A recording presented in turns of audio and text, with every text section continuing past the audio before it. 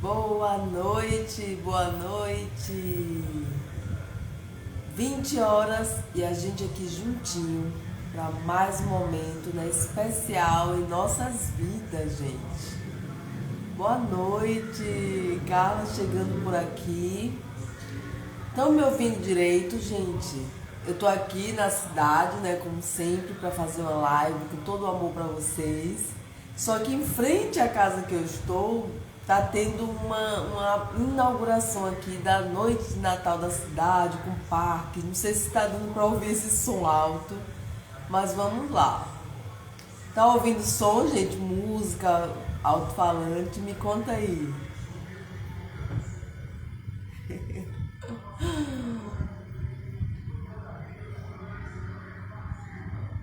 Tá me ouvindo bem? Tá ouvindo música de Natal? Tem um monte de gente falando aqui no microfone, mas vamos nessa, porque esse mês é um mês comemorativo. Doutor Dário chegando por aqui.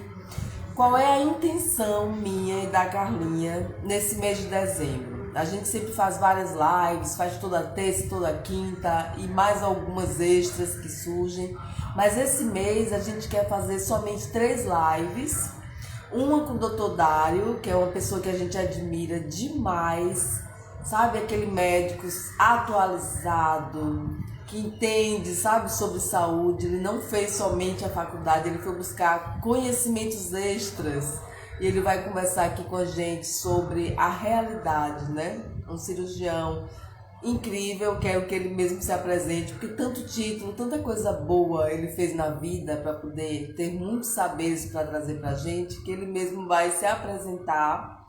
Mas como eu estava falando, essa primeira live é com ele, a segunda, na semana que vem, vai ser com Peter Picolin, nosso mestre, e a terceira semana a gente vai trazer um aluno para representar todos os alunos desse ano que participaram de nossas vidas, que engrandeceram, sabe, o nosso conhecimento, o nosso dia a dia. E a gente quer que ele represente todos vocês aqui. Então teremos 3 lives maravilhosas. Eu vou convidar a Carlinha aqui para chegar. Nosso convidado especial, o Dr. Dário. Tá me Boa vendo, noite, Mimi? seja bem-vinda. Ai, Ai, eu vejo maravilhoso. todos, que maravilha! Boa noite, Doutor Tudo pessoal. bem? Dário, seja muito bem-vindo. Você é uma pessoa que a gente admira muito. Eu te conheci há pouco tempo, mas eu me encantei de primeira mão. Primeiro por sua inteligência, por você sair fora da caixinha, se desafiar, porque um médico atualmente colocar a cara no Instagram para falar as coisas que você fala, bater de conta tudo que a gente ouve do que eles praticam. Não é fácil para sua jornada, eu tenho certeza. E porque você é sem mimimi, né? Eu sou assim, Carla é assim. Eu disse, não, para conversar com a gente, você fala a nossa língua, você fala tão suave, tão bom de ouvir, parece música para os nossos ouvidos, assim, a leveza com que você traz as coisas, sabe, na voz. Eu adoro isso. E a gente quer te ouvir. Carla, fica à vontade aí para dar sua boa noite, depois o doutor Ah, Dário. eu adoro, né, o doutor Dário. Ele sabe, tô sempre perguntando algumas coisas para ele, ele responde, é muito legal. E conheci um dos posts que você falou da carne, o estudo e tal, né? Eu falei, opa, quem que é, né? Tipo, explicando ali, né, o estudo que fala que carne inflama, tal. Então, eu te conheci ali. E adoro as suas historinhas com seus pacientes também, né? Que você conta no Reels, é muito legal. Essa, né? E é isso, obrigada pela sua Poxa, disponibilidade, por estar aqui. eu que agradeço vocês duas aí pelo convite. Vocês estão me ouvindo bem? Eu vou Ah, aumentar aqui legal. com o seu telefone. Deixa eu ver. A, a Mimi, que eu tô vendo meio embaçada, mas Às vezes aparece meio pixelada assim. Mas tudo é, bem, ó, vocês sabem que eu também achei muito engraçado, porque um termo muito que eu acho que eu uso com meu filho quando eu tô meio bravo com ele, eu falo, para de ser mimizento. E aí eu vi lá vocês, a live, sem mimimi, eu falei, olha, bom, se eu estou reclamando do meu filho, eu não posso ser mimizento, né? Mas você Aqui a sabe, gente é sem Miriam, mimimi. não, eu, eu, eu concordo com tudo que você falou, viu? Não é fácil a gente sair da caixa. É muito difícil, porque você se dá conta de que você está errado em alguma coisa e que você tentou fazer aquilo para o bem da saúde do paciente durante vários anos, é super difícil. É muito mais fácil você achar que alguém que fala o oposto de você é um idiota do que você se achar um idiota. Mas eu tive que me achar um idiota. E uma vez que eu me achei um idiota em uma coisa, eu abri muito a minha cabeça para outras coisas, né? Tem uma frase interessante do Carl Sagan que ele fala assim, olha, é muito importante você ter a mente aberta, mas não pode abrir ela tanto a ponto do cérebro cair, né?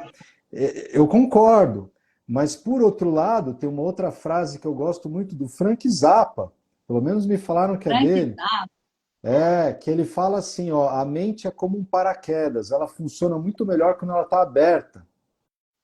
E aí, o que eu me dei conta é que eu falei, poxa, se eu fiz faculdade da USP, fui um aluno exemplar e aprendi um monte de coisa errada, o que mais que está errado aí que eu não aprendi, que eu poderia estar beneficiando meus pacientes, né? Então, foi importante. E quando você vai falar com outros médicos sobre essas coisas, é sempre muito complicado. Eu tomei muita porrada na cabeça, eu perdi muita indicação de pacientes, mas eu sou um cara que tenta realmente ser honesto no que faz, e eu me sentia muito incomodado de fazer uma coisa que eu percebi já que estava errada com meus pacientes. Eu comprei a luta, fazer o quê? O que eu tento fazer é me embasar o máximo possível de evidências para poder suportar meus argumentos, né? Mas é o que dá para fazer. E é interessante que essa coisa, né, de sustentar os argumentos quando você aplica o que você aprendeu. Isso é, eu estou aqui nesse caminho, né? Mas aí você aprendeu algo novo, você sentiu de testar, que eu sempre falo isso para as pessoas. E aquilo tem resultado, você vê que fez total diferença na sua vida, você diz, poxa, qual a maior comprovação do que você ser cientista de si mesmo e você comprovou. É igual o sofrimento de muitos, né? Muita gente vive atrás de acabar com a compulsão, que é a compulsão, né? A obesidade, que no final a gente nunca disseram pra gente, porque é simplesmente desnutrição. Se É, coloca o alimento certo, se sente nutrido, saciado, acaba essa fome desesperadora de comer a cada instante. E é. aí a gente traz você aqui porque o que mais a gente ouve, eu e a Carlinha, é carne apodrece no intestino. Então, uma das pessoas que quando eu coloquei a caixinha, choveu. Carne apodrece no intestino? Eu disse, olha, a gente não vai falar, porque o Carne que pega o inflama! né? Carne Você se inflama! informada do quê? É como se não tivesse valor. Então, eu disse, vou trazer um médico incrível, maravilhoso, porque a voz do médico, né? As pessoas ainda têm isso. Abaixo de Deus, o meu médico mandou. Então, É. Miguel, você não é médica, então, né? Carla não é médica. Mas olha, eu acho que assim, primeiro, só apoiando o que você disse, eu acho que o experimento mais importante é você experimentar com você mesmo. Se você acha que a carne vai explodir seu intestino, tá bom, então começa a comer mais carne, vê o que acontece, compara isso com comer mais aveia e vê qual que explode mais. Isso é muito importante, porque mesmo os estudos que a gente faz, você pode pegar estudo de qualquer coisa, dor de cabeça e novalgina. A conclusão do estudo vai ser assim, a maioria dos pacientes melhorou, mas sempre tem um que até piorou com o remédio, tem outro que não adiantou nada. Como é que eu vou saber qual desses que é você? Né? Então, muito mais importante do que diz sei lá, uma publicação, é o que você sente com o teu corpo mudando aquilo. Tem todo o racional da evolução natural, que eu não vou entrar aqui, mas é muito importante você fazer esse autoexperimento. E quando você faz um autoexperimento, você pode fazer várias medidas. Você pode falar, vou medir minha glicemia, vou medir meu triglicérides, vou medir... Mas eu acho que a medida mais importante de todas é o seu bem-estar, é você falar, caramba, melhorou minha caspa, eu estou mais disposto, o meu cocô está melhor, sei lá. Então isso é muito importante. E quando a gente começa a falar de carne, infelizmente, parece que tem um grande movimento por trás disso, querendo falar mal da carne. E as pessoas compram isso sem perceber. É difícil a gente falar se é indústria farmacêutica, se é agricultura, é difícil, mas o fato é que existe. Então, só para falar para essas pessoas que têm medo da carne, como é que fala, apodrecer no intestino, não, isso não acontece. E se a gente for além, no início da nossa evolução, que eu adoro falar de evolução, nós comíamos carne podre, porque era o que sobrava do leão. O leão comia a parte boa, o que sobrava era umas carninhas meio apodrecidas, a gente ia lá e comia. E isso fazia um bem enorme para a gente. Quando a gente aprendeu a caçar e começou a caçar mesmo, matar animal e ter mais acesso à carne, a gente, ao mesmo tempo que fazia isso, também foi evoluindo o nosso sistema digestivo para lidar com a carne, muito mais com frutas e folhas, que é o que a gente fazia no começo da nossa evolução. Então, nós estamos totalmente adaptados a comer carne. E uma experiência que é muito interessante para desbancar isso que a colega questionou é o seguinte: existem algumas situações, eu fiz uma há pouco tempo, em que a gente tem que fazer uma cirurgia para tirar todo o intestino grosso do paciente. E ele acaba tendo que ficar com uma bolsinha, que a gente chama de ileostomia, porque é o fim do intestino delgado exteriorizado aqui na barriga.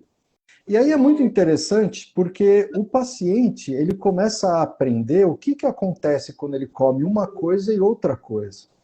E ele vai ver que tudo que ele come produz um resíduo na bolsa. Mas a coisa que menos produz resíduo na bolsa é carne. E não é porque está apodrecendo lá no intestino, porque o intestino até foi retirado. É porque a carne vai ser digerida no estômago e absorvida no intestino delgado. E quando chega na bolsinha, tem pouca coisa para sair. Diferente de alguém que come um monte de brócolis ou alface, que vai sair um monte de coisa na bolsinha. E por que vai sair na bolsinha? Porque não foi absorvido, não foi digerido. E aí o que a gente tem que se perguntar é, peraí, por que a gente come? A gente come para obter nutrientes. Então, do ponto de vista de alimentação, faz todo sentido você buscar uma coisa que tem mais nutrientes e que por isso sobra menos resíduos. Agora, um alimento tão fraco, que quase não tem nutriente e que praticamente ele sai inteiro pela bolsinha, não é uma coisa que a gente procura no mundo natural. E por isso que você não vai ver nenhum índio, nenhuma tribo, escalando um morro, andando 500 quilômetros para achar um alface. Ele pode até fazer isso para achar um mamute, um alce ou qualquer outro bicho, mas ele não vai fazer isso para achar um brócolis, uma selga. Não tem sentido você gastar 500 mil calorias para obter duas e fazer um monte de cocô. Então, não, a carne ela é totalmente absorvida pelo nosso organismo, a quantidade de resíduo dela é mínima, e o mais interessante de tudo é que a parte do resíduo dela, que é de colágeno, acaba funcionando para o nosso intestino de uma forma muito parecida com que as fibras que conseguem digerida também são. E aí você entende como outros animais carnívoros, como o leão, como o tigre, o guepardo, não comem nada de salada e não tem câncer de intestino. Bom. Cara, é fantástico. Mi, você tá sem som. É fantástico, fantástico. Eu lembrei de uma coisa agora que eu queria comentar, que é muito comum, né? Todo mundo tem um pequeno probleminha intestinal, assim, né? É o mais comum. Se não é preso, que é o mais comum, né? Que era o meu caso. Resolvi com a carnívora, comer aveia todo dia. E é engraçado, né? Aonde que eu quero chegar? Quando você pergunta para alguém, você tem um problema, né, sei lá, intestinal? Geralmente as pessoas falam assim, não, eu vou no banheiro todo dia, porque é uma recomendação da saúde. Você tem que ir no banheiro todo dia. E aí a pessoa fala, não, eu vou no banheiro todo dia, como tem que ser, como, né? Então, aí eu falo, né? Pô, então você tá comendo muito lixo, né? Porque, desculpa. Aí a pessoa buga, assim, ela não entende. Por quê? Porque é a recomendação da medicina, e eu já vi médico falando que tem que ir no banheiro, fazer o número 2, 2 vezes ao dia, que é o mais ideal de tudo, assim, é uma coisa incrível. Eu já ouvi, cara, que tem que comer o quanto você come. Se você faz 3 grandes refeições, teria que sair no dia 3 grandes refeições. Como assim, né? Mas isso faz todo sentido para a vaca, mas não para a gente. Então, assim, se você for fazer uma analogia, imagina que você fez compras para sua casa. Se você comprou, sei lá, uma carne e uma maçã, não vai ter lixo quase. Talvez tenha a embalagem da carne só.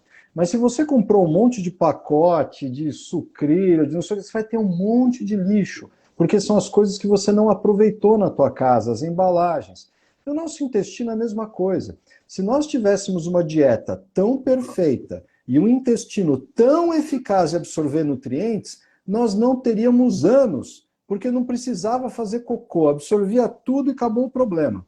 Como a gente come uma comida que de uma forma ou outra sempre vai ter um resíduo e a gente não vai conseguir absorver tudo, e tudo bem, tem um pouquinho da flora que descama e tal, a gente precisa de anos. Agora, quanto mais porcaria a gente comer, menos a gente vai absorver, mais vai sair do outro lado. Então, você vê que existem estudos, tudo bem que são estudos observacionais. Então, o que quer dizer isso? O cara só fez um questionário. Quantas vezes você faz cocô por dia, por semana, sei lá o quê? Não fez mais nada e acompanhou essas pessoas durante vários anos, isso é um estudo do Japão, e eles viram simplesmente quem tinha mais câncer. E o grupo de pessoas que teve mais câncer é o grupo que evacuava uma vez a cada 2, 3 dias. E as pessoas que evacuavam 3 vezes por dia ou que ficavam 10 dias sem evacuar, aumentava câncer. Então eu não estou falando que fazer mais cocô, menos cocô vai dar câncer. Não é isso. É só as pessoas perderem essa noção, porque às vezes a pessoa vem no meu consultório e fala, doutor, meu intestino é fantástico. Eu faço cocô 3 vezes por dia. Eu falo, você está ferrado, você não sai da privada, você está gastando muito papel higiênico, está contribuindo com o desmatamento da Amazônia. Então, assim, não precisa. Quando a pessoa tem uma alimentação mais rica em nutrientes e mais pobre em resíduos, ela faz menos cocô, é o natural. E a fibra, ela é uma coisa que realmente é muito interessante, né? Porque num contexto em que a pessoa come um monte de porcaria, baconzitos com sonho, com sei lá o quê, e ela substitui isso por alface, eu acho que é uma coisa positiva. Agora, quando você pega alguém que deixa de comer uma carne para comer alface, é uma coisa negativa. Então, a história da fibra é muito interessante, eu posso até entrar se vocês quiserem, mas está totalmente equivocada também, assim como a carne vermelha. É.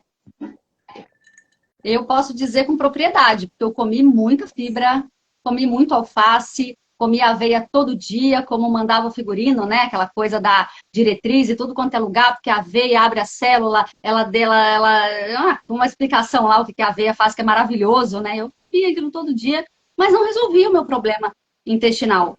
E assim, a gente continua com aquilo, doutor Dário. O problema é que a gente continua com essa atitude, a gente continua comendo aquilo, a gente continua, sabe, esperando algo acontecer, né? Uma outra coisa que tem que ser levada em consideração é que, às vezes, imagina que você tem um cocô muito preso, aí eu te dou um laxativo, tá bom. Existem vários tipos de laxativos, mas uma classe deles é um laxativo irritante. Então, o que ele faz? Ele irrita teu intestino e você faz cocô, coloca ele para fora. Seria a mesma coisa que eu falo, olha, você anda muito devagar, então eu vou acender um isqueiro no teu bumbum, você vai sair correndo. Mas você vai sair correndo porque está queimando o seu bumbum. E tem muitos alimentos que acabam fazendo o seu intestino funcionar porque eles irritam o intestino. Agora, a questão é a seguinte, se alguém come aveia e se sente muito bem, eu não estou nem aí, pode comer aveia. Agora, achar que isso é a melhor coisa do mundo? Não. Eu lembro de um trabalho que eu li que foi tão engraçado, um trabalho do Roland Cordain, que é o cara que inventou o movimento da dieta paleo, junto com outro cara, e ele fez uma conclusão tão engraçada, que ele colocou assim, quando você compra uma caixa de sucrilhos, se você está pensando do ponto de vista nutricional na fibra, saiba que a caixa de sucrilhos é mais nutritiva do que está dentro. Porque vai ter mais fibra, né? Agora, isso não quer dizer que você comer sua caixa de sucrilhos vai ser maravilhoso, mas se você quiser fazer cocô, pode comer, porque aquilo é fibra, celulose vai te ajudar, então, tá bom. Vai passar Vai a passar. barreira, vai passar tudo. É. Mas é que eu acho engraçado essa capacidade do ser humano de continuar fazendo, entende? Mesmo se não tá dando certo, mesmo se não tá não sei o quê, mesmo, ai, caramba. Porque realmente, gente, é muito desafiador. A gente vem uma vida inteira aprendendo isso. Então, quanto tempo tem que a gente tem esse conhecimento? Eu aprendi tem um ano. Então, imagine como é que você acorda e o prato colorido não funciona, e não precisa de fibra, fruta não faz bem, dá pico de glicemia e te adoece do mesmo jeito.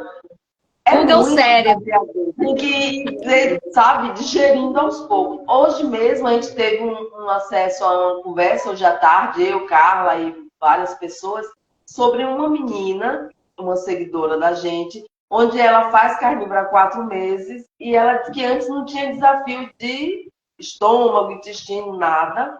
Mas ao fazer a carnívora, começou bem e depois ela disse que se sentiu assim, tá com gases, com refluxo, com alguns sintomas, né? Eu sinto muito assim que para fermentar, tem que ter carboidrato, alguma fibra, alguma coisa junto. A carne sozinha, eu digo porque lá em casa eu tenho experiência com várias pessoas, diferentes idades, diferentes corpos, e que tinha também problemas de refluxo, hernia de hiato. Tenho uma irmã que sofria há anos.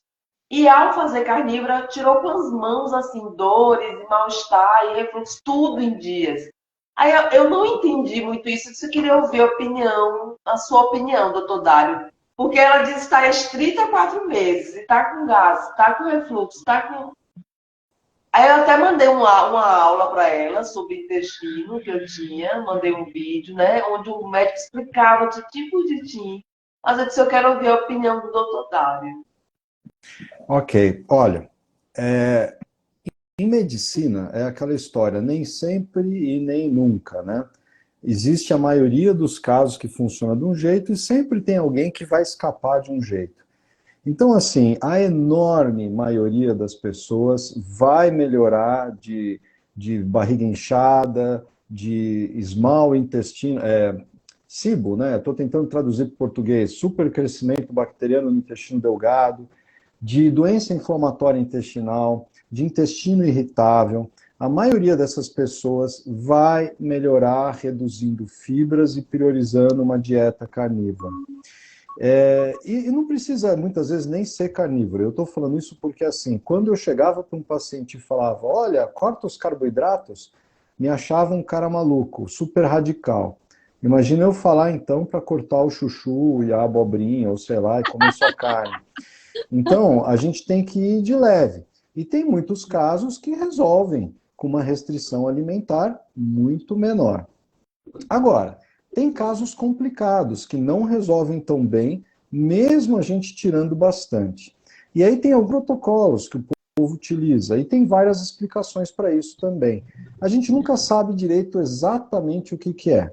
Mas existem pessoas que fazem uma reposição inicial de ácido butírico e na forma de suplemento e melhoram.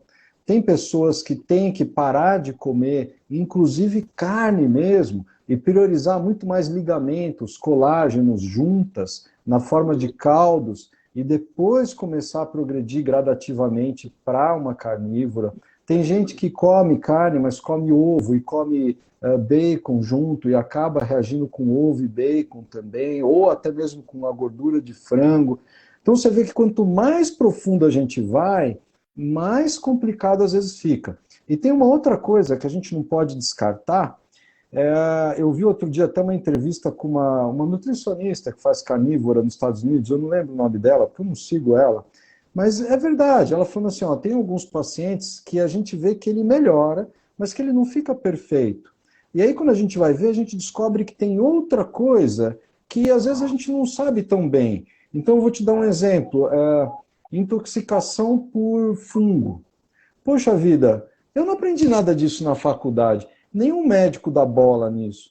Mas você vai ver, existem relatos de pessoas, relatos anedóticos de pessoas falando, puxa vida, eu mudei da minha casa que estava toda mofada e minha barriga melhorou e minha depressão passou.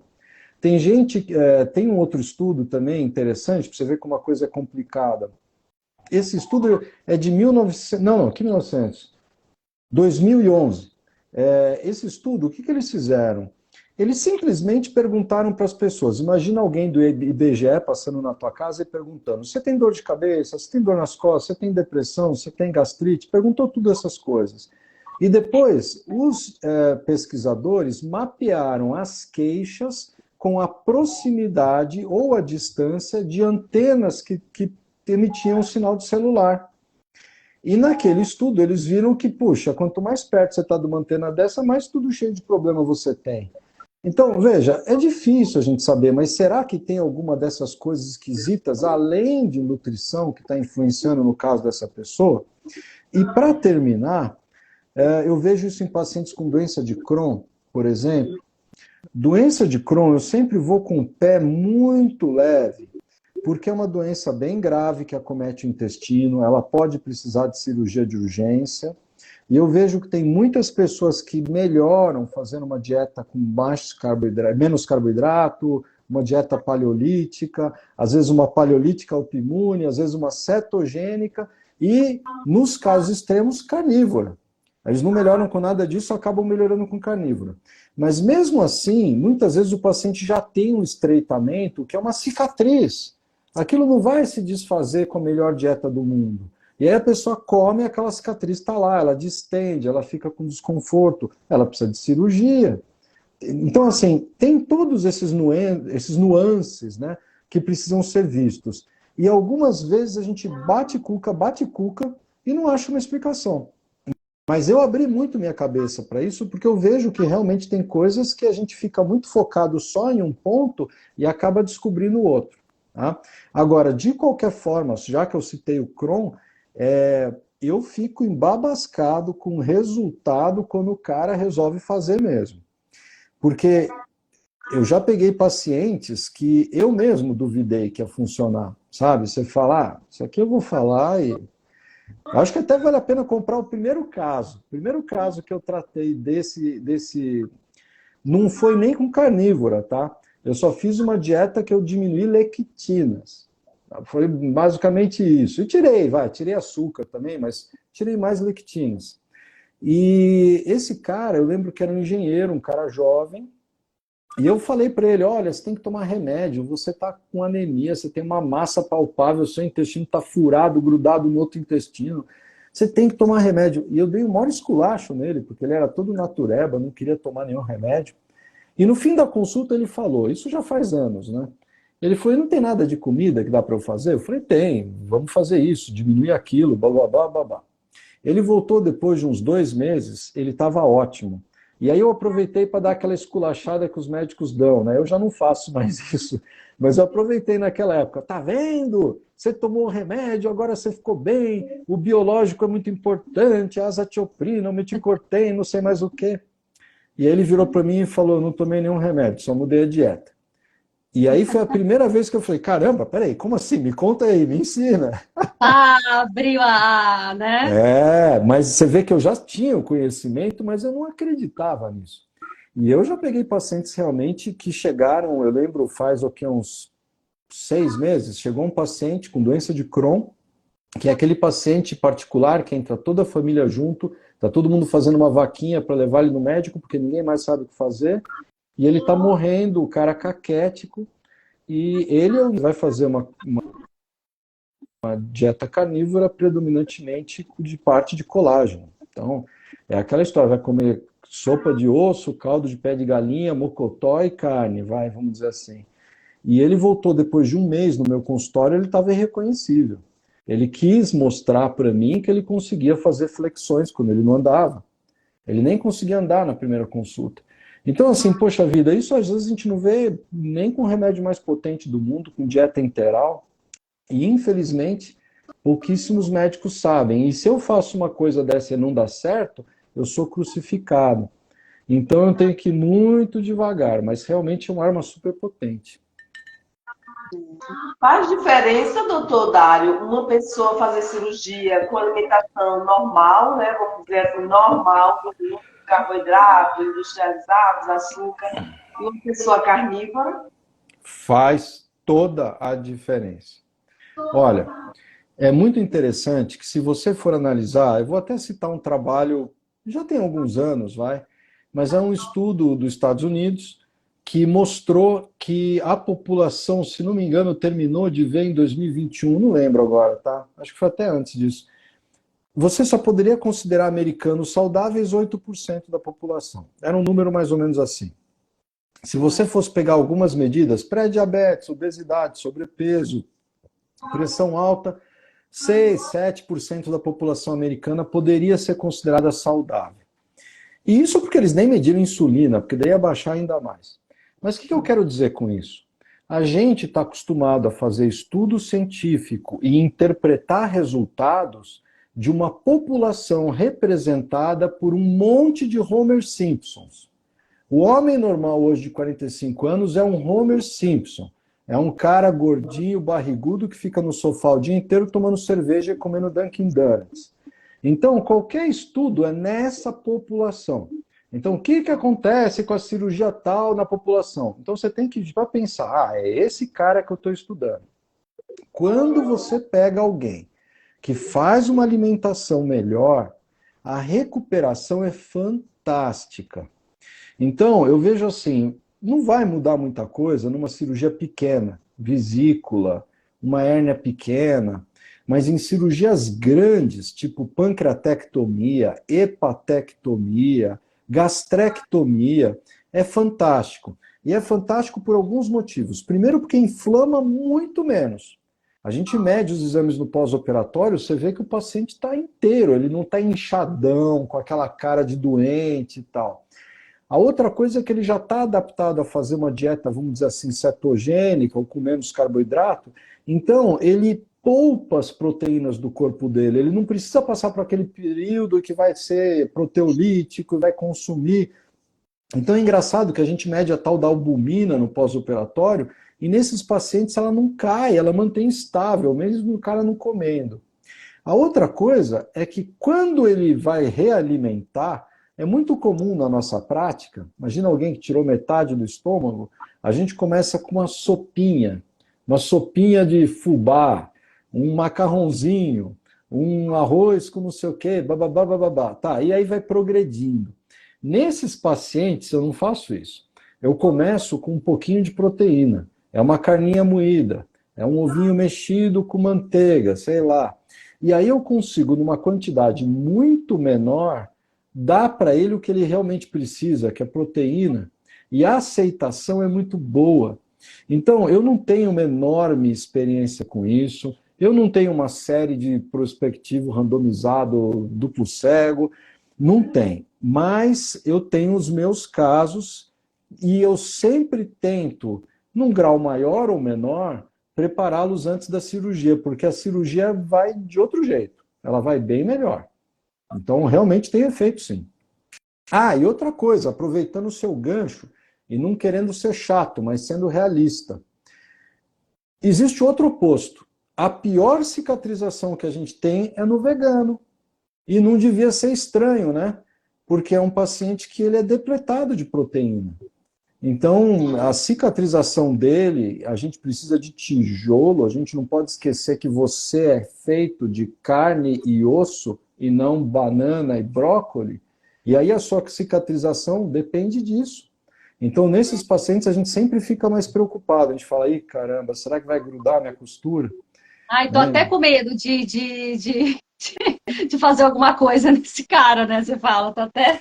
Não, mas olha, não é. Se você for ver, eu opero pacientes com doenças, mas eu tenho colegas que operam estética, que é o cirurgião plástico, e eles são muito criteriosos nesse aspecto. Se o paciente vai fazer aquelas plásticas de barriga e ele fuma muito, ou em geral é mulher, né? Ela fuma muito, ou ela não consome proteínas, às vezes ele não opera, porque ele fala, pô, eu vou operar, vai dar errado, eu vou ser processado, sabe? Eu não quero dor de cabeça. Não opera.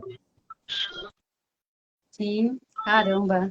É uma uma loucura, né? Hoje eu até compartilhei a tua publicação, porque a gente fala muito assim, né? Você fala assim, eu comecei a pensar e eu comecei a querer fazer um pouquinho diferente, né? Quando você começa a pensar um pouco fora da caixa. Na faculdade, acredito que vocês aprendem o básico ali, vamos dizer assim. Mas aí, você fez o post hoje lá da vitamina A, né? O beta-caroteno, que ele não é uma forma ativa, que a gente não consegue. E a carne tem o retinol, né? Aqueles creminhos caros, o mais caro que tem, que a mulher compra para colocar no olho e tal, é o retinol, né? E a carne tem. E aí você vai procurar uma, né, você até falou no seu post, vai fazer uma breve procura no Google, você encontra a resposta, né? Então, da mesma forma que eles tentam ludibriar com esses estudos mentirosos, que são, em sua maioria não, a todos observacionais, né? Esses estudos lindos de que carne flama e tal. Você vai no Google, igual quando falam para mim assim, só assim, aproveitando esse gancho. E questionam muito, né? A carne tem hormônio, a carne não sei o que. Eu falo, gente, coloca lá no Google, a carne tem. Ele responde, ele fala, não tem, não sei o que. Então, da mesma forma, a gente acha, né? As respostas. A gente pode desdobrar isso em tantas coisas, mas eu vou dar um exemplo, vai.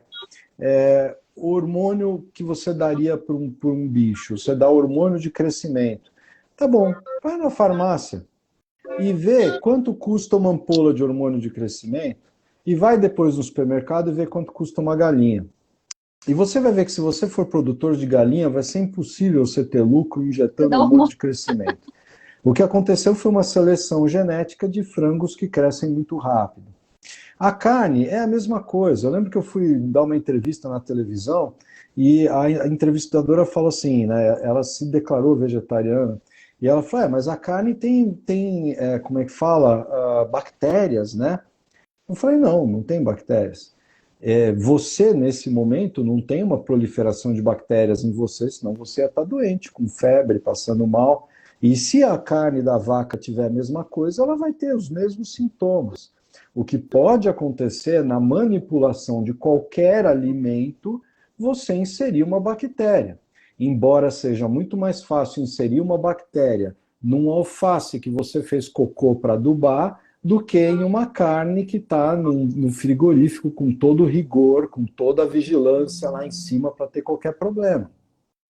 A questão das vitaminas é a mesma coisa. Isso eu fico muito triste, porque quando você vai ver, todas as vitaminas, eu dei o exemplo da vitamina A, mas a vitamina K, a vitamina D, qualquer uma que você quiser escolher, a mais clássica é a B12, que você não vai achar em nada do reino animal. E aí você vê alguns veganos sugerindo que você coma um pouco de terra ou um pouco de cocô, porque daí vai ter lá a vitamina B12. Tá bom, pode ser que tenha, mas não é a forma ótima de você adquirir aquilo.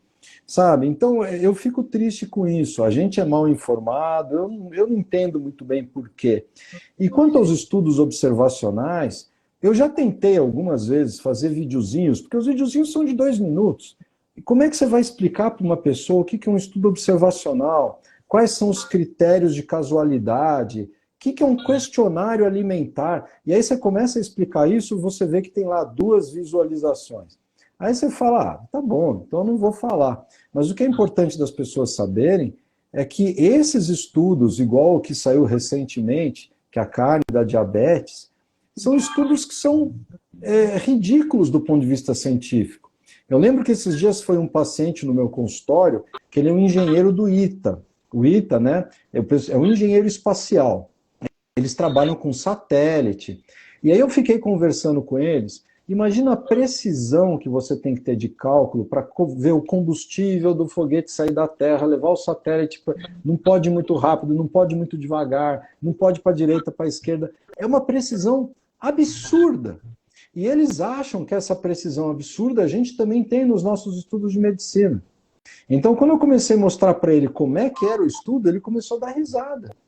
E isso começava com um questionário alimentar. Né? Eu perguntei para ele, quantos pêssegos você comeu no ano passado? Ele falou, sei lá. E quanto queijo? Sei lá. Todas as respostas dele foram, sei lá. Eu falei, então... A pessoa não lembra nem que ela comeu ontem. Pois é, então imagina alguém, 120 mil pessoas respondendo um questionário lixo desse, e depois chegando a uma conclusão. A outra coisa que eu acho muito interessante sempre citar é o estudo do sorvete, né? Eu não sei se vocês veem o estudo do sorvete e o ataque de tubarão, mas eu acho que é muito, como é que fala, esclarecedor entre a diferença de associação e casualidade. Então, se algum ouvinte aí nunca ouviu esse estudo, isso foi feito na Austrália, numa praia lá do sul da Austrália, em que durante 3 anos eles analisaram o consumo de sorvete e compararam isso com o número de ataques a tubarão dos banhistas. E eles viram que quanto maior era o consumo de sorvete, maior tinha o índice de ataque de tubarão. E aí você pode concluir que o tubarão gosta de comer quem toma sorvete, sei lá. Mas, na verdade, o sorvete era simplesmente um marcador de que houve sol, foram mais pessoas na praia, entraram no mar, e assim sendo, mais delas foram mordidas por tubarão. Agora, o que esses estudos igual da carne faz? Eles pegam um estudo desse de sorvete da Bahia, um estudo de sorvete da Austrália, juntam tudo e fazem uma meta-análise de estudos lixo e chegam a uma conclusão: lixo. Né? Mas quem estuda isso sabe que é gozação. Aí a meta-análise junta todos os estudos observacionais que tem e vocês têm uma meta-análise, né? E é engraçado que muda o nome, fica bonito, eles pegam tudo, né? E é uma coisa bizarra, assim, é uma coisa... Porque essas pessoas, elas não têm nem noção como é que é feito. Aí elas absorvem aquilo porque eles têm a mídia, né? Eles têm a mídia, né? Tem. E você sabe que uma das coisas que eu acho mais complicadas é que, assim, quando eu dou uma aula, por exemplo, o primeiro slide é sempre um conflito de interesses. Então você tem que falar, ó, quem me patrocinou aqui foi a Johnson & Johnson, sei lá. E aí você começa a sua aula. Mas um conflito de interesses que não é obrigatório falar é sua religião ou sua forma de se alimentar. E o próprio autor desse estudo, que é o Walter Willett, ele é vegetariano. E é um cara que muito antes de fazer pesquisa já condenava a carne. Ele é um cara que é patrocinado por uma série de empresas de alimentos, e aí a gente fica com viés. Agora, não acho que isso é a pior coisa do mundo. Eu fiquei feliz de saber que o Sean Baker, que é um carnívoro, vai conseguir fundos de uma empresa que vende carne para fazer um estudo, porque ninguém quer pagar ele para fazer estudo. E aí, quando sair esse estudo, vão falar também, foi a empresa que pagou carne, né, que está te pagando esse... Não, mas o Sean Baker também, se a pessoa for pensar minimamente, o Sean Baker, ele tem um banco de dados enorme, né, de depoimentos, assim, ele tem milhares, né, é uma coisa incrível. Não, milhares, não dá, é aquela história, você viu um caso, tá bom, mas você vê 500 mil casos, e são casos que estão bem relatados, né, então ele tem o exame de colonoscopia antes, aí tem o tratamento e tem o Crohn em remissão. Tem a esteatose, tem um tratamento e tem a esteatose que desapareceu. Então ele tem um banco de dados incrível mesmo. E espero que a coisa vá para frente, né? Porque as pressões no sentido contrário também são muito grandes. São a guerra contra a carne, ela é muito explícita, né? Ela é muito louca, porque eles têm todos os mecanismos, eles têm as grandes organizações, eles têm a OMS, né? Dando aí as diretrizes, colocando carne como número 1 e 2A ali, né, de perigo e tal, mais do que o cigarro até, e você fala assim, nossa, a carne vermelha é mais perigosa que cigarro. E sabe o que é o pior? O pior é que, assim, que eu vejo que está acontecendo? As pessoas, os jovens, eles estão ficando cada vez mais mimizentos. Mas o que eu quero dizer? Eles estão se afastando da realidade. Eles nunca foram numa fazenda, eles não sabem como conhece. Então eles acham que a fazenda é um lugar para torturar animais, que é feito da forma mais terrível possível, e que você destrói a natureza, e que a vaca também acaba com a água do mundo, e que ela produz CO2 e que ela vai acabar com o planeta. E aí você vê que todas as vertentes o cara está sendo atacado. Ou ele acha que faz mal para a saúde, que é uma bobagem, ou ele acha que contribui com o aquecimento global, que não contribui, muito pelo contrário, ou ele acha que ele está fazendo uma coisa antiética, que ele não quer matar animal. E essa é a mais difícil de entrar. Agora, o que a gente tem de estudos também científicos é que se você não quer matar animal, a melhor coisa para você fazer é não suportar a monocultura, que é a coisa que mais mata animal que existe no mundo. E não devia ser difícil das pessoas entenderem, porque não existe um único ecossistema na Terra que seja só de planta e da mesma planta durante 500 hectares. Então, as pessoas não veem, elas, eu não vou comer bife que vai matar a vaca.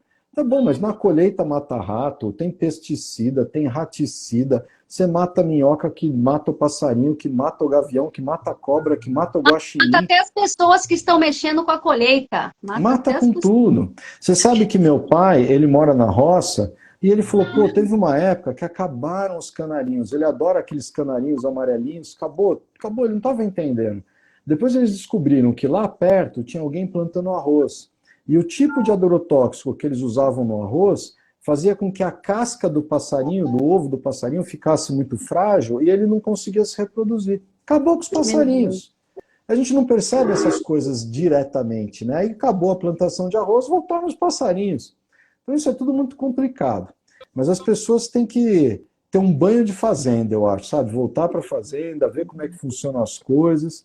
Esses dias, não sei se vocês assistiram, teve até um podcast do Sean Baker mesmo, em que ele foi conversar com dois veganos bem interessantes, são muito inteligentes eles, mas eles propunham uma coisa que eu falei, Deus do céu, que eles falavam, olha, eu acho que inclusive na natureza, leão não pode matar zebra. E o Sean Baker ainda coloca, pô, mas você acha que a zebra não pode ser comida, mas você permite que o leão morra de fome? Eu acho que tinha que acabar com essa coisa da natureza. Como acabar com a coisa da natureza? O cara vai entrar dentro do oceano e não vai deixar o tubarão comer golfinho, e o golfinho não vai poder comer peixe. É muito maluquice. A gente tem que parar dessas bobagens e voltar para a nossa biologia. E isso é um problema com os médicos. Os médicos não sabem biologia. Acham que sabem, mas não sabem. Né? Doutor Dário, por que uma pessoa em tratamento, quando ela descobre que está com câncer, uma das primeiras coisas que é proibida, eles pedem para reduzir, é a proteína, carne verde? Várias alunas chegam para a gente no desafio com o CA, fazem a carnívora, tem várias que mostram para a gente o exame, quando inicia com a estratégia, e depois tem melhorado, tem se curado. E é o que eles pedem. E ela filma quando ela vai fazer o tratamento, que quando ela sai, a bandeja que está lá é leite, pó, chocolate, pão, margarina, um monte assim. Ela tira a foto do balcão e bota lá para a gente ver. Olha, gente, o que é que tem aqui? Me Pão esperando. com queijo e presunto. Pão com queijo e presunto. O presunto está no número 1 da OMS. E pede para não comer a carne. E a gente fica assim, gente...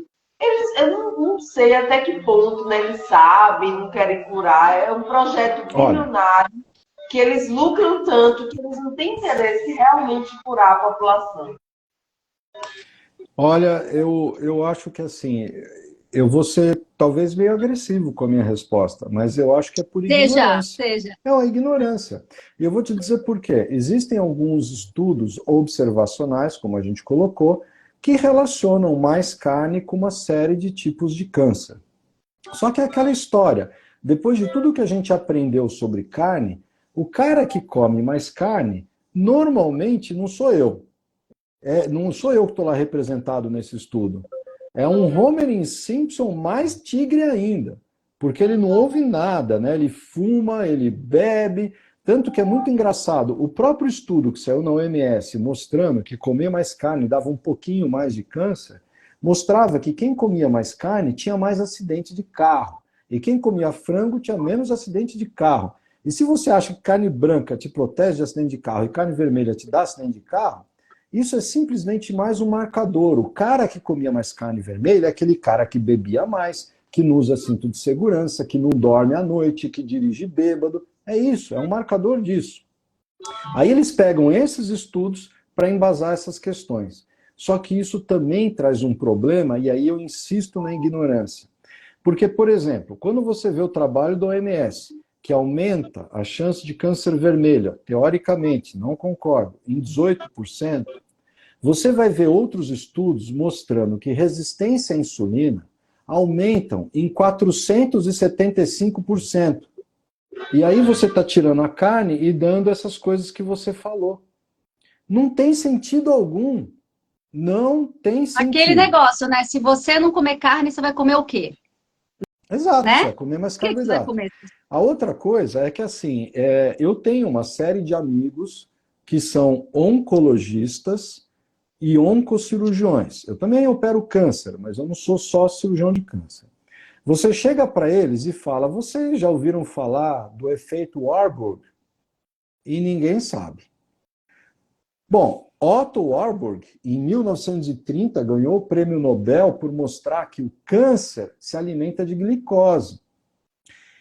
E aí a gente tem umas coisas que eu falo, caramba, o médico não entende isso. Então eu vou dar só um exemplo, porque um dos exames melhores para detectar câncer é um exame que chama PET-CT. Então o CT vem de tomografia, faz uma tomografia do corpo todo e sobrepõe essa imagem com o PET. E o PET nada mais é do que uma medicina nuclear. Você injeta uma substância marcada com radiação. Se o tumor pega bastante daquela substância, ele brilha nesse exame.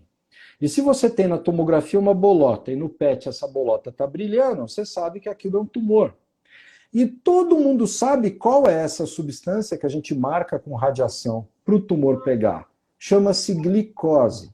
A gente marca glicose com radiação. E aí aparece o tumor pegando bastante glicose e brilhando nesse exame. O tumor se alimenta de glicose. Ele se alimenta de glicose, tem várias teorias, mas a mais aceita é porque o tumor nada mais é do que uma célula que tem mitocôndrias defeituosas. E se você quer combater o tumor, uma das coisas que você deveria fazer é matar o tumor de fome, privando ele de glicose, que é o principal combustível dele. Só que aí, com medo do paciente emagrecer, você pega e enche ele de sorvete, biscoito, bolacha, batatinha. E aí o que acontece é que o paciente inicialmente pode até engordar, mas o tumor dele também vai engordar. E aí ele está ferrado. Então isso é uma ignorância. Agora o problema é que assim, quando a gente vai falar com um oncologista de uma forma geral, eles sabem muito de quimioterapia, muito. Eles sabem todos os estudos, as comparações entre as diferentes drogas, mas eles não sabem nada sobre atividade física e câncer, sobre comida e câncer, Jejum? sobre sono, jejum. Jejum, e sabe o que é interessante? Eu vi já, por exemplo, eu lembro uma vez, ele morreu, era aquele apresentador do Aqui e Agora, um jornalista, ele teve um câncer de pâncreas e morreu. É um câncer gravíssimo, costuma matar mesmo, e ele fez cetogênica e não fez quimioterapia. E todo mundo ficou criticando ele, que ele fez cetogênica, que não fez quimioterapia. Apareceu o presidente da Sociedade de Oncologia falando que é uma bobagem, mas tem um monte de estudos falando sobre isso. E eu concordo que vai ser mais fácil achar estudo sobre quimioterápico, que dá uma grana para o laboratório, do que estudo falando sobre comer carne com abobrinha, que não dá grana nenhuma. Mas, de qualquer forma, o que eu acho assim triste é que eles poderiam usar isso não como uma coisa para competir com a quimioterapia, é uma coisa para melhorar as chances do paciente ser curado com quimioterapia. E uma ferramenta que já foi bastante estudado para isso é o que você falou, é o jejum. O jejum, ele além de potencializar a quimioterapia, ele ajuda a diminuir os efeitos colaterais da quimioterapia. Então, ele deixa o tratamento, seja bom, seja ruim que seja, mas ele deixa mais suportável para o paciente. Então, poxa vida, que mal tem a gente aliar isso. Eu vou dar um exemplo da minha profissão, tá? Eu, teoricamente, estou no auge da minha profissão. Eu tenho 30 anos de formado, eu não acho que eu vou aprender a dar ponto melhor daqui a um ano. Eu acho que eu vou dar ponto igual. O que eu posso melhorar é tecnologia, então tá bom, eu uso robô, uso laparoscopia, e eu posso melhorar outras coisas que não são cirurgia. Então é um exemplo que eu falei. Já que eu vou operar alguém com a mesma maestria agora e daqui a 5 anos, se eu souber preparar o paciente melhor com dieta, com sol, com atividade física, eu vou ter um resultado cirúrgico melhor. E quem vai ganhar você, eu o paciente. Então, eu acho que eles também deviam pensar dessa forma. Só que é difícil, viu? Medicina é difícil. E o próprio médico também é difícil. Eu não acho que o médico é científico, não. No sentido de que, assim, na cabeça de muitos médicos, científico quer dizer ler vários artigos científicos. Na minha cabeça é questionar vários artigos científicos, é questionar. E você tenta ir atrás do que for melhor de evidência, mas você tem que estar sempre questionando. Atualmente, as pessoas não conseguem nem pensar, né, com as mentes açucaradas, caramelizadas. Imagine questionar. Eu sempre falo que Hipnotizada numa grande direção, todo mundo indo para o mesmo lado. É tão pouquinho, né? Quantos por cento estão aqui hoje melhorando a alimentação, valorizando o sol, valorizando, sabe, a natureza? Você é um grande especialista aí, tem um desafio incrível, gente, um curso de ground. Queria que você falasse um pouquinho também sobre isso. Quem tiver interesse, ele tem um trabalho fantástico, né, doutor Dário? Está com turma aberta aí, quem desejar se inscrever. Olha, você sabe que quando todo mundo eu digo assim, meus amigos, né? Pô, faz um curso, ficaram me perturbando. E eu lembro que o primeiro curso que eu fiz foi o de jejum, e sabe o que eu pensei? Eu falei, eu vou fazer esse curso porque ninguém vai me perturbar. Porque não existe um especialista em jejum. Você tem uma nutricionista que fala da nutrição, você tem um não sei o quê, mas ninguém fala de não comer. Então eu vou falar de não comer, que daí ninguém me perturba. E o segundo que eu coloquei, eu fiquei com bastante medo, porque ninguém conhece o assunto. E você começa a falar, já está falando de bobagem, já está falando de coisa mágica, que é o tal do grounding. O grounding é o bioaterramento, vai? Mas é você ficar um pouco mais em contato com o chão.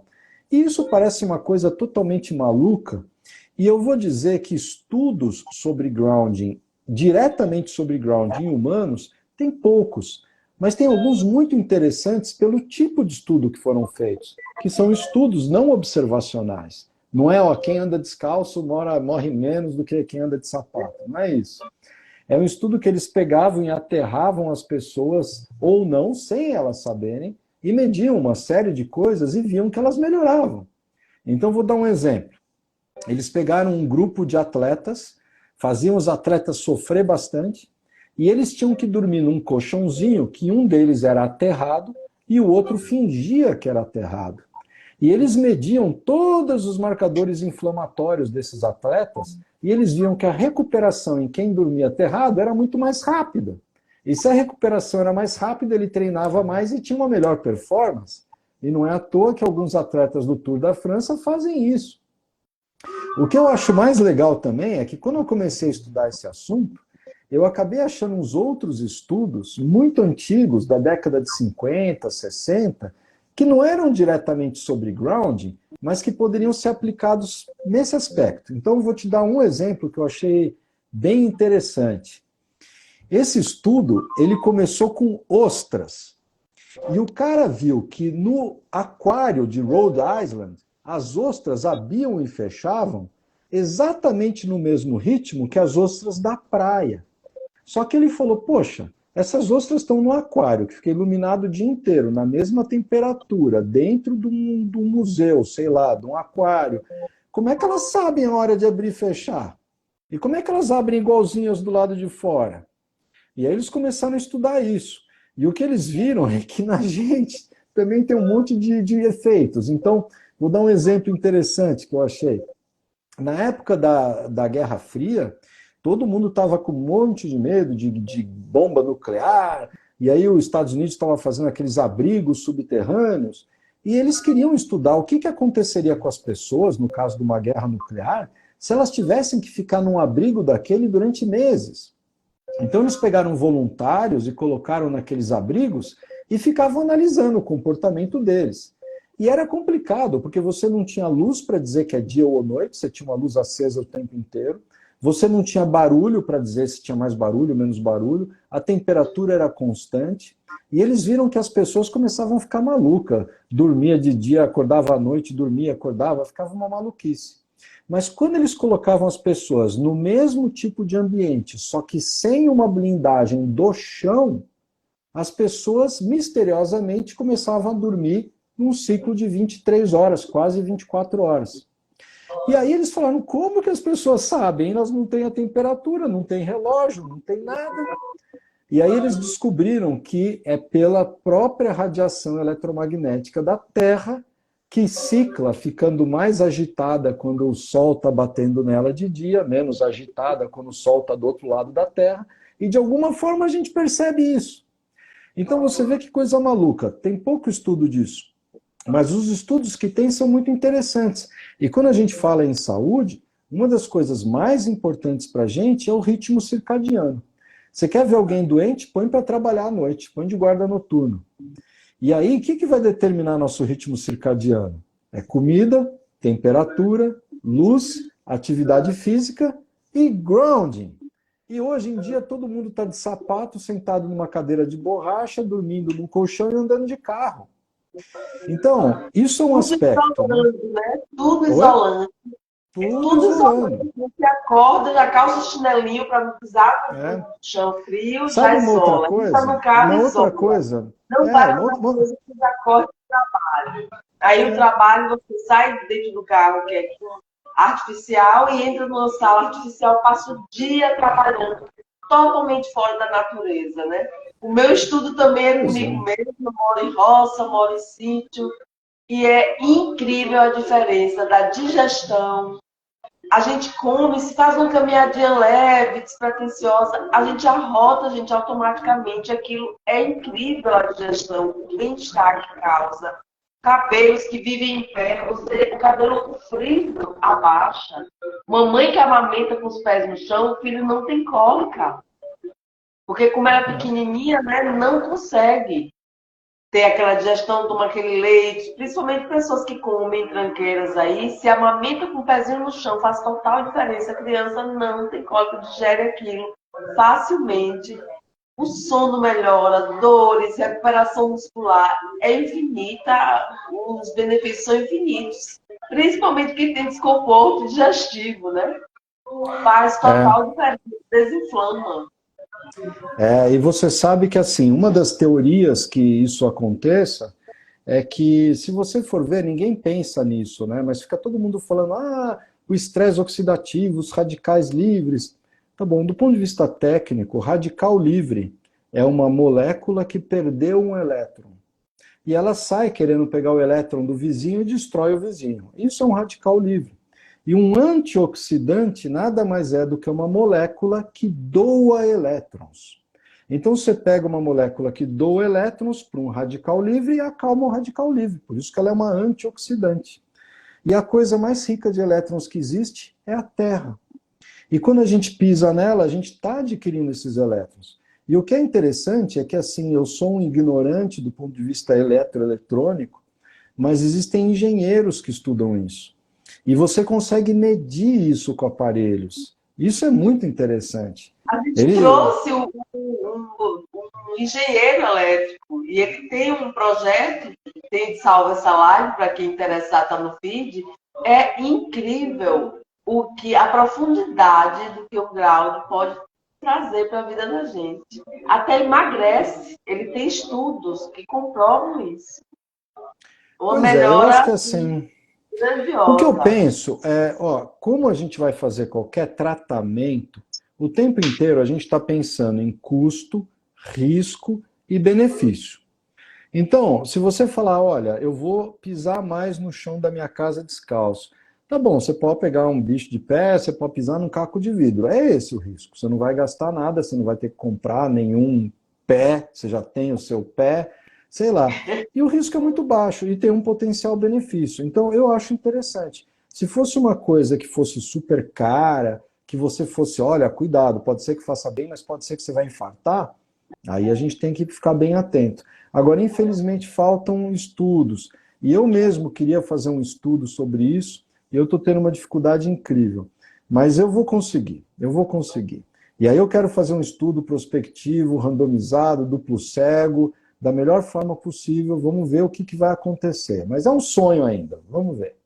Vai se realizar. Ô, doutor Dário, na minha caixinha também tem uma amiga maravilhosa, aluna e estudante de nutrição, que ela se depara com muitos questionamentos. Ela sofre até na cidade dela, lá em Juazeiro, porque ela diz que o pessoal tem muito medo ainda do colesterol. E ela colocou na caixinha aqui, eu queria trazer essa pergunta dela, honrando. E ela disse que antigamente o valor de referência era 330. né? Hoje é 190. Ela queria muito ouvir sua opinião sobre isso, a Kalina perguntou. Porque o medo é coletivo, né? Ai, meu colesterol tá alto, depois que eu comecei a carnívora, subiu, o que é que eu faço, né? Meu médico quer que eu tome estatina, todo mundo tem medo disso, ainda não entendeu a importância de ter um colesterol bom, alto, né? Produzindo hormônios. Olha, é uma tristeza a medicina, porque eu sei que não é assim, vai, mas fazendo uma caricatura, dá a impressão que tudo que a gente aprendeu é assim. Se aumenta o colesterol é bom, é ruim, né? E se diminui é bom. Pronto, a medicina é isso. E a gente vê que a coisa é muito, muito, muito mais complicada do que isso. Vamos tentar, vai, mas ó, primeira coisa, como você disse, o colesterol é uma molécula que é essencial para a gente, toda célula produz, a gente precisa dele para fazer hormônio, precisa dele para fazer um monte de coisa. E existe uma teoria, que é a hipótese lipídica, que você comeria mais gordura saturada, que a gordura saturada aumentaria seu colesterol e que o colesterol mais alto entupiria suas artérias. Só que essa teoria, se a gente vai desmontando ela está cheia de furos, mais furo que um queijo suíço. Então, para começar, todos os estudos que foram feitos analisando o colesterol da dieta mostraram que ela não influencia no colesterol do seu sangue. O próprio Ansel Keys, que é o inventor dessa hipótese, depois ele concluiu que comer colesterol só aumenta seu colesterol se você for um coelho ou uma galinha. Depois eles mudaram para gordura saturada. Mas o que a gente tem hoje é uma série enorme de meta-análises, estudos observacionais, estudos randomizados, e todos eles mostrando que a gordura saturada não é o vilão que se imaginava. Você vai achar um estudo falando que faz mal, mas é um tiquinho assim. Vai mostrar o outro falando que faz bem, e vai mostrar o outro falando que é neutro. Então não é uma coisa para você temer. E até o próprio JACC, que é o Jornal do American College de Cardiologia, ele concluiu em 2020 falando assim, olha, esquece, essa história de gordura saturada da dieta te fazer mal, não faz. Mesmo que aumente o seu colesterol, é um tipo de colesterol que não é aterogênico, que seria o LDL grande, e não pequeno e denso. Agora, mesmo quando a gente chega no LDL, tem tantos questionamentos, e eu vejo que existe uma pressão enorme da indústria farmacêutica de querer já colocar o colesterol como uma coisa causal. Então é muito engraçado. Por exemplo, eu li um artigo há pouco tempo mostrando que um paciente tomou tantos remédios que ele ficou com colesterol de 0, LDL de 0. E mesmo assim, a aterosclerose dele foi progredindo e ele infartou. Então foi um relato de caso. Olha o nível que a coisa está chegando. E aí o relato de caso começa assim. Nós sabemos que o culpado é o colesterol. Já parte dessa premissa. Mas esse cara infartou mesmo com colesterol 0. Aí você fala, puxa vida, né?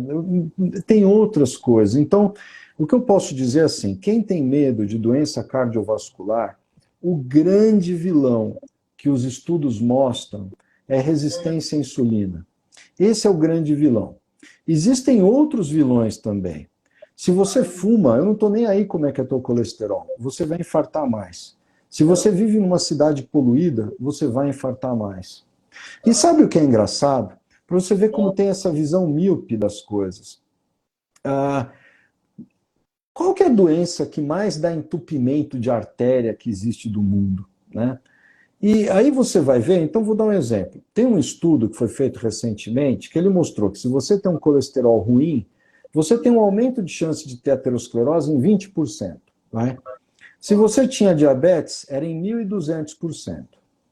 Mas tem um estudo que mostrava uma doença que aumentava a aterosclerose em 5.500%.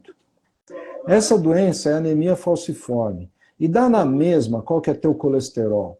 O que acontece nessa doença é que você acaba com suas hemácias todas tortinhas, machucando o revestimento interno das suas artérias. E esse machucado acaba evoluindo para entupimento, para trombose e para formação de placa. Esse assunto é muito mais complexo do que as pessoas imaginam. A minha visão, baseada em tudo que eu estudo disso, E eu vou te falar que eu estudo mais do que muito cardiologista, porque o meu colesterol é alto, e eu estava preocupado com o meu colesterol há muito tempo atrás, é que o que interessa é você ter um metabolismo saudável. O peso de um colesterol um pouco mais alto nesse contexto provavelmente é irrelevante. Agora, do ponto de vista científico, acadêmico, talvez eu possa te dar essa resposta com muito mais precisão no ano que vem. Eu digo isso porque eu sou um tal do Lean Mass Hyperresponder. Eu sou um dos caras que quando diminui carboidrato o colesterol aumenta pra caramba.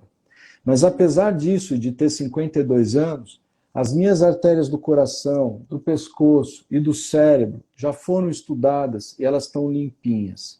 E eu já tenho meu colesterol alto há pelo menos 7 anos.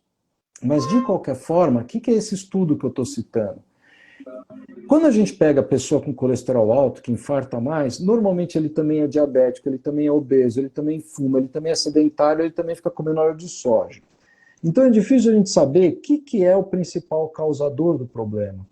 Então que tal a gente pegar pessoas que não fumam, que são magras, que são saudáveis, que comem só comida de verdade, estão ótimas, todos os exames normais e tem colesterol alto, e ver o que acontece com essas pessoas.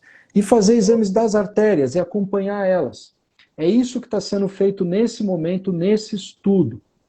E o que eu posso dizer é que as pessoas que estão participando lá não são pessoas de 20 anos, são pessoas por volta dos 50, 60, que já fazem esse tipo de dieta há 5 anos, e por enquanto as análises mostram que eles têm muito menos problema de aterosclerose do que um grupo controle que faz dieta normal, mesmo com colesterol muito baixo.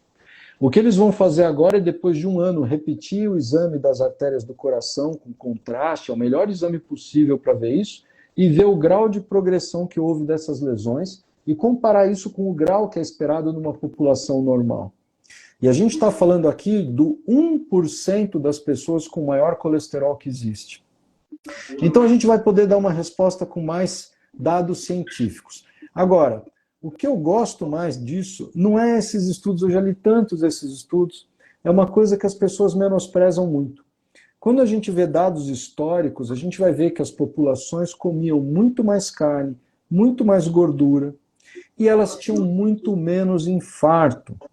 Os primeiros relatos científicos de infarto são de 1912, e eram casos raros. O cara ficava a vida inteira dele e via 3 infartos. Aí ele fazia um relato de caso. A única população que tinha mais infartos do que nós, teoricamente, curiosamente, era uma população que fazia a dieta dos sonhos de toda nutricionista de hoje em dia. Era uma dieta plant-based, que comia mais vegetais e grãos e cereais, todos orgânicos, sem pesticidas, que eram ativas, trabalhavam e morriam de infarto. Comiam pouca carne, eram os egípcios. E isso já está muito bem estudado. Agora, tirando os egípcios que faziam isso e infartavam, o infarto na nossa população era uma raridade, até o começo aí dos anos 30, 40, e tudo isso aparentemente por uma mudança de hábitos, que inclui o cigarro, mas também a mudança de uma alimentação predominantemente natural e baseada em animais, para uma alimentação predominantemente industrial e baseada em óleos vegetais e carboidratos refinados. Não tem muito o que inventar. E a última pergunta, doutor, que teve na caixinha, foi uma pessoa que disse que faz 4 meses de carnívora estrita e a ureia dela aumentou muito e ela não está entendendo por quê. O que aumentou? A ureia. Ah, a ureia. Ah, tá. Olha, tem várias explicações para isso, mas eu não ficaria muito preocupado. A ureia o que a gente faz? Quando a gente consome proteína, o fígado vai metabolizar isso, vai transformar em amônia, isso vai para o rim, que vai transformar em ureia, que vai jogar fora. Se você come mais proteína, você pode ter uma produção de ureia maior, e normalmente você aumenta também sua massa muscular e aumenta a creatinina. E aí fica todo mundo com medo de que isso aí está fazendo mal para o rim. Olha, não faz, tá? Para acalmar a alma desse indivíduo, não faz mal. O grande confusão que o povo tem é que quando a pessoa tem uma insuficiência renal, ela não pode comer muita proteína, porque o rim não consegue excretar essa ureia, ela acumula e causa problemas. Mas isso não quer dizer que a proteína faça mal, porque esse mesmo indivíduo que quando está com insuficiência renal não pode comer proteína, ele também não pode tomar água, porque ele não faz xixi, se ele tomar muita água ele transborda. Ele fica afogado de tanta água que ele não consegue excretar para fora. Isso não quer dizer que a água faz mal. Simplesmente quer dizer que quando o rim não funciona, tudo você vai ter que tomar cuidado. Mas, de qualquer forma, o consumo maior de proteína não está associado a lesões renais, muito pelo contrário. Porque, como vocês mesmos falaram, quando você deixa de comer proteína, você come mais carboidrato, você aumenta o índice de diabetes, de pressão alta e de doenças autoimunes, que são os 3 principais fatores de insuficiência renal. Então, existe uma outra coisa que a gente pode pedir, que é a cisteína C lá, que você pode medir a sua função renal sem ficar vendo a creatinina e a ureia. A próxima vez que for fazer um exame, toma um pouquinho mais de água e pronto. Vai dar que a ureia está melhor e não precisa ficar preocupado. Vai dar tudo certo, né? No Mas- final. Mas A é Thay que- perguntou aqui, ó. Oi? A Pode Thay falar, perguntou sobre hipercloridria versus bicarbonato de sódio. Ela só colocou assim, qual... Tá. Ok, eu não entendi muito bem, mas vamos lá. As pessoas acham que o estômago tem ácido porque Deus fez um convênio comigo para me dar dinheiro. E aí as pessoas chegam com gastrite no meu consultório e eu trato elas e pronto. Mas não tem nada a ver. O nosso estômago ele tem ácido para digerir carne. É esse o objetivo que ele tem. Então, é muito curioso que quando nós analisamos a nossa acidez estomacal, ela só rivaliza com pessoas que comem coisa podre. São os abutres. Basicamente eles, são os carniceiros. Nem o leão tem um estômago tão ácido quanto o nosso. Então, isso tem a ver com o nosso passado evolutivo. Não só porque a gente se aproveitava de restos da caça dos outros animais, como quando a gente aprendeu a caçar, imagina um mamute que você matava, você ficava comendo ele até ele apodrecer. E o ácido no estômago, ele tem essas 2 funções. A função digestiva, ele vai estimular as enzimas digestivas num pH ótimo para que elas funcionem, e ele tem um efeito para matar a bactéria. Se a gente tem uma hipocloridria, a gente não mata a bactéria, fica rotando, fica com gás na barriga, e a digestão fica prejudicada porque a gente não ativa as enzimas no seu, vamos dizer assim, no seu pH ideal. Então, toda substância química para funcionar tem uma temperatura ideal, não é à toa que nós vivemos a 36 graus, seja no frio, seja no calor, com pH muito bem determinado. A mesma coisa funciona para as nossas enzimas digestivas. Então, é um desserviço, às vezes, que a gente faz, ficar dando remédio para tirar a acidez do estômago cronicamente.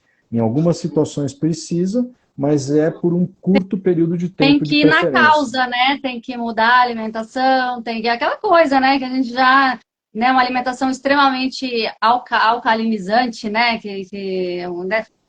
Muito legume que seja, né? Essas coisas mais saudáveis que o pessoal acha que é super saudável, come 5 porções de fruta por dia, come, enche de folha, enche de não sei o quê, e tá lindo, né? Tá.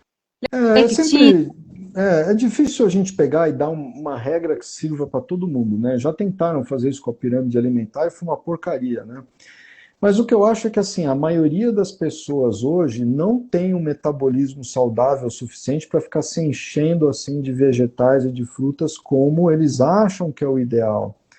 E aí elas acabam passando mal ou tendo qualquer problema. É lógico que se você é um baita atleta que faz 500 mil exercícios o tempo inteiro, você vai tolerar um monte mais de fruta que seja. Os vegetais já são um pouquinho mais difíceis de tolerar. Algumas pessoas toleram mais, outras toleram menos. Mas eu acho que assim, quando surgem essas dúvidas nutricionais, o que me guia sempre são 3 coisas. A menos importante são os artigos científicos, mas eu também presto bastante atenção para eles. Mais importante do eles é o que a Miriam falou, é o autoexperimento. E a outra coisa que também é muito importante é analisar isso sob a perspectiva da evolução natural. A gente nunca teve acesso a tantas frutas tão gostosas, tão bonitas, tão grandonas o ano inteiro. Então, provavelmente, a gente não foi feito para comê-las numa grande quantidade o ano inteiro. É assim, é simples E assim. essa, né, e essa recomendação de 5 porções de frutas diárias, eu acho Ah, isso uma esquece. coisa assim Não, totalmente louca, sabe? isso esquece. Quando você vai analisar qualquer população ancestral, você vai ver que a média de vezes que eles se alimentavam é 2. Algumas populações comiam 3, algumas comiam uma vez ao dia, a maioria comia 2 vezes ao dia.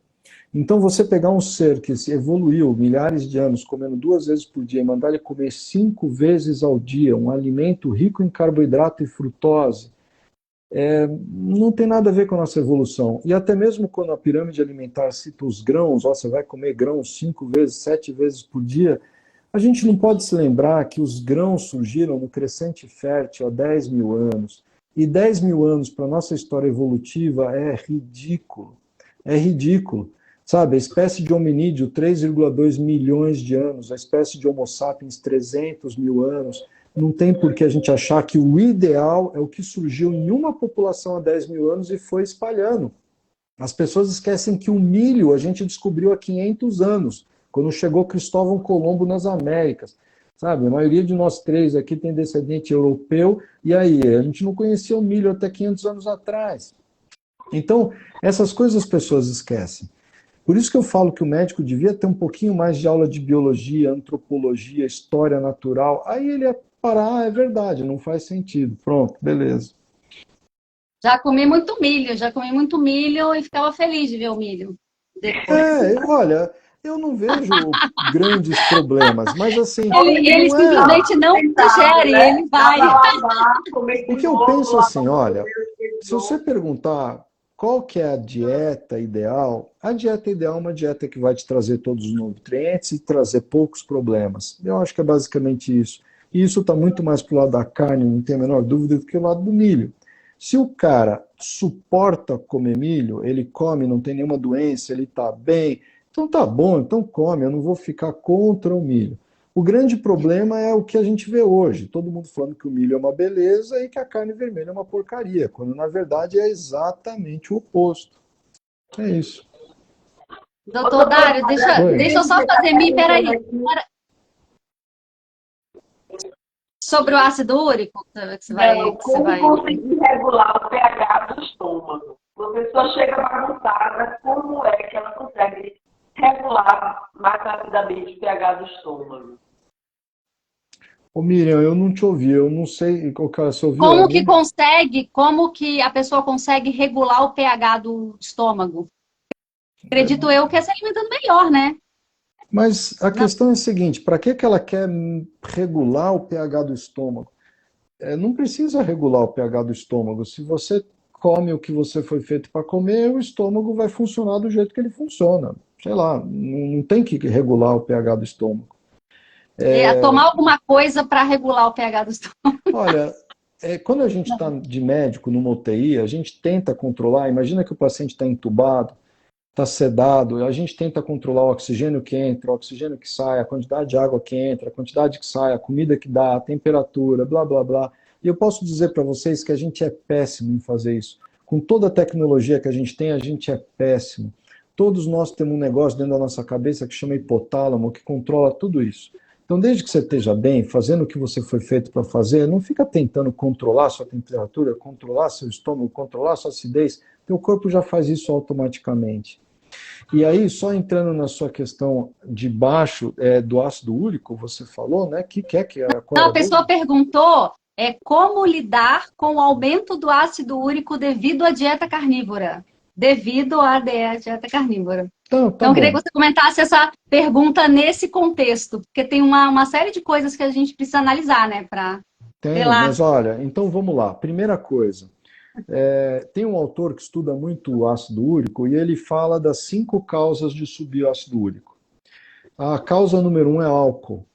A causa número 5 é purinas, que inclui as carnes, os peixes. E a causa número 2 é frutose, e a causa número 3 é frutose, e a causa número 4 é frutose. Então, para Veja, começar, a maioria das vezes quando o ácido úrico está elevado é frutose, frutose e álcool. Em outras palavras, é açúcar, açúcar, álcool, e é isso. Quando a pessoa começa a fazer carnívora, se ela tira essas coisas, o ácido úrico pode cair. Mas às vezes, como a dieta carnívora ela acaba sendo em momentos cetogênica, numa fase inicial, a mesma coisa que no teu rim serve para jogar fora corpos cetônicos, também serve para jogar fora ácido úrico. E um compete com o outro, de forma que você pode, numa fase inicial, até ter um aumento do ácido úrico. E se ele estiver muito alto, tudo bem, eu não vejo problema durante um período você tomar lopurinol para baixar o ácido úrico. Mas o que acontece na maioria das vezes é que esse ácido úrico acaba se regulando depois de um tempo, e mesmo que ele fique em níveis mais elevados do que seria, entre aspas, o ideal, curiosamente, ele não costuma dar gota. E ninguém sabe explicar por quê. Às vezes, o mesmo nível de ácido úrico em alguém que come açúcar ou que só come carne, em carne ele não fica com gota e o cara que come açúcar fica com gota. Então, é uma preocupação menor, mas o que eu posso dizer é que, assim, se fosse meu paciente e ele estivesse subindo muito o ácido úrico, tudo bem, durante um período usa alopurinol e depois de um tempo, naturalmente, ele começa a reverter. E com a melhora da inflamação do corpo, que costuma ocorrer, isso também deixa de ser um problema. Realmente, meu filho tinha o pé aberto, sangrava os dedos. E quando ele entrou na carnívora, ele se curou literalmente de ácido úrico. Antes vivia na Carbolândia, açúcar, pizza, sorvete, doce, bolachas. A cura foi exatamente o caminho ao contrário. Tirou frutose, industrializados, enlatados, né, embutidos. E foi coisa assim, ó, de poucos dias, processo rápido, foi cicatrizando sem nenhum medicamento e acabou isso. Então, eu garanto que a carnívora não eleva o ácido úrico, não, gente. Né? Como o doutor Dário falou. Pode ser alguma tipo de adaptação, né? De adaptação. É aquilo que eu falei, a dieta cetogênica, ela pode aumentar, mas é o que eu falei, é durante um período de adaptação. Depois que você faz cetogênica por um tempo, você quer ver uma coisa engraçada? Eu lembro de um estudo que eles fizeram com esquimó, para ver se os esquimós estavam em cetose, medindo corpos cetônicos na urina. E eles falavam, olha, os esquimós não estão em cetose, porque a urina deles não tem corpos cetônicos. Mas qualquer pessoa que já fez dieta cetogênica sabe que depois de 2, 3 meses que você está na dieta, você deixa de excretar corpos cetônicos na urina. É natural, o corpo para de jogar fora aquilo, ele se adapta, a máquina muda, ele não joga fora energia à toa. E quando isso acontece, é o momento que o ácido úrico deixa de competir e começa a cair. Agora, isso é só uma falta de conhecimento fisiológico. O médico não conhece, só isso. Nutricional. Quero agradecer, viu? Porque são 9h30. Nosso tempo é sagrado. Você foi incrível. Muito obrigada, né? Por sua generosidade de estar aqui, dividindo seu tempo, seu saber. Depois de um dia intenso de trabalho, gente. Ele entra no trabalho às 7, trabalha bastante. E ele disse, posso sim bater um papo com vocês. Eu quero te honrar, te agradecer. Abençoar aí seu trabalho. Continue espalhando seus saberes. Eu aprendo todos os dias com o seu material. Né? Gratidão por você estar aqui. Gratidão, Carlinha. E vocês estão com a palavra aí para se despedir. Muito obrigada. Obrigado a vocês mais uma vez pelo convite. Espero que a gente possa ajudar a quebrar alguns mitos. E o que eu vou falar? Eu acho que é isso, né? Infelizmente, eu vejo às vezes que o paciente acaba se beneficiando mais com o conselho de vocês do que muitos médicos. Então, puxa vida, eu tenho que apoiar esse movimento, tá bom? Obrigado pela ajuda, não, pelo convite. E a gente vai se falando por aí, tá bom?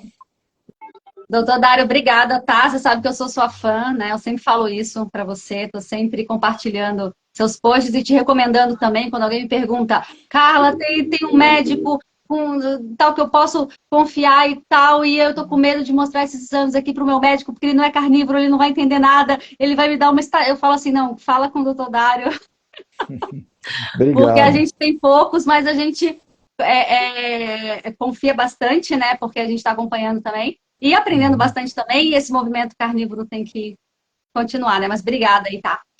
Obrigado Você para faz vocês todos. atendimento online, doutor Dário? Faço sim. Eu Colocar não seu sei, quem entrar contato lá no meu... story. Bom, Tem lá então, no destaque dele, acho como marcar uma consulta, não tem? acho que tem. Eu sou meio ruim disso, mas assim, de qualquer forma, sei lá, depois vocês anotam aí se alguém quiser. Ó, A gente vai colocar nos stories o seu consultório. eu falo, mas assim, eu mando para vocês. Mas o DDD é 12 São José. Eu passo depois, Pronto, tá bom? Tá ok, Muito Obrigado. obrigada. gratidão. Obrigada a todos que estão aqui, viu? Boa noite para você. Boa noite. Tchau, tchau.